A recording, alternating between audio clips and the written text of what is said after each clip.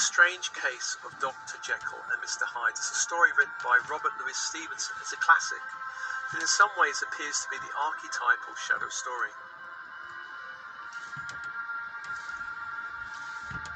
In the story, Dr. Jekyll represents respectable parts of the personality, and Mr. Hyde is the dark shadow.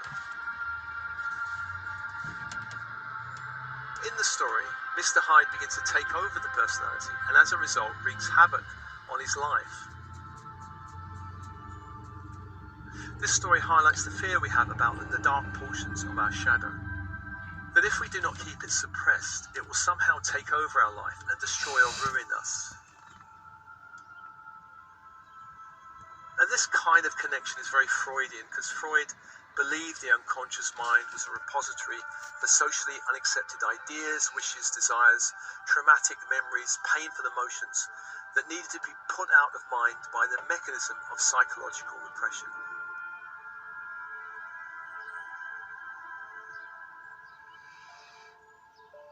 For me, there's a better story that highlights what the shadow is really about.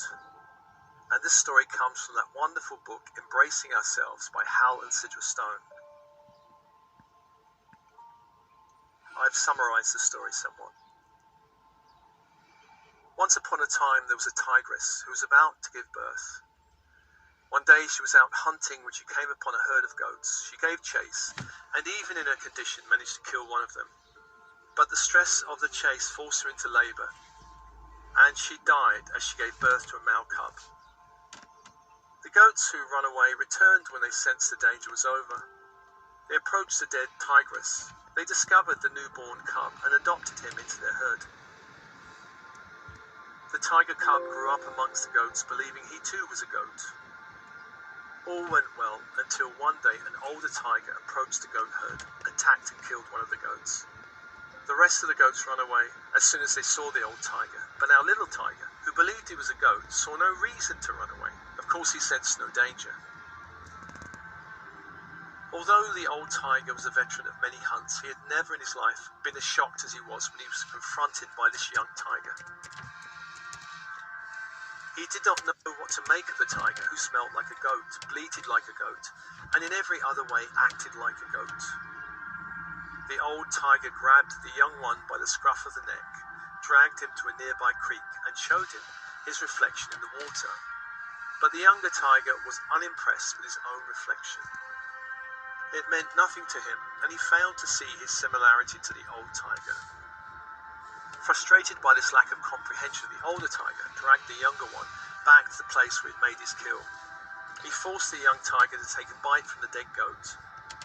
When the young tiger had finished chewing, he stretched, and then for the first time in his young life, he let out a powerful roar, the roar of a jungle cat. Then the two tigers disappeared together into the forest.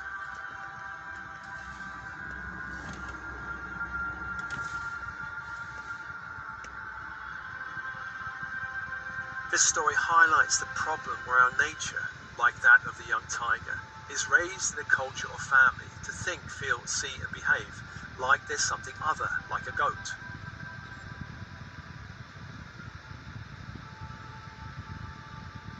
When our authentic self is hidden beneath layers of conditioning, we will never be fully ourselves until something or someone comes along to wake us up.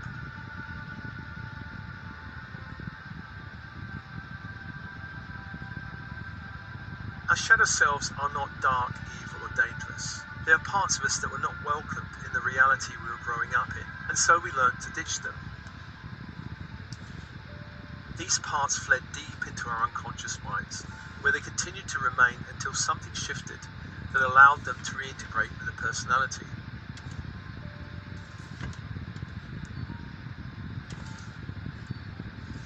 The shadow is a container for all the aspects we have rejected while growing up. For instance, we may have been raised to be a good boy or girl and encouraged to be nice and pleasing. In such case, any hint of being too outspoken or loud or rebellious may well have been punished. At a certain point, this pleasing element became a primary self, and anything that ran counter to this way of being was rejected and lost over time. Another Another example would be if you were raised in a very pushy family or ambitious family, where you were encouraged to achieve, then being too laid back or chilled would have been labelled as lazy, and therefore achieving became a primary way of being. Perhaps you grew up in a critical family, and you learned to survive by being critical and judgmental back. Being too caring or loving would not really have been that safe or welcomed in the family, and would have been rejected and sent away as a shadow self. Shadow selves are disowned because they're rejected. They may be even considered dangerous. We can grow up afraid of our perceived darkness, wildness, or weirdness. We can also grow up afraid of our light, our gifts, our radiance. In my family, proper and normal were the values pushed, and anything weird was frowned upon. I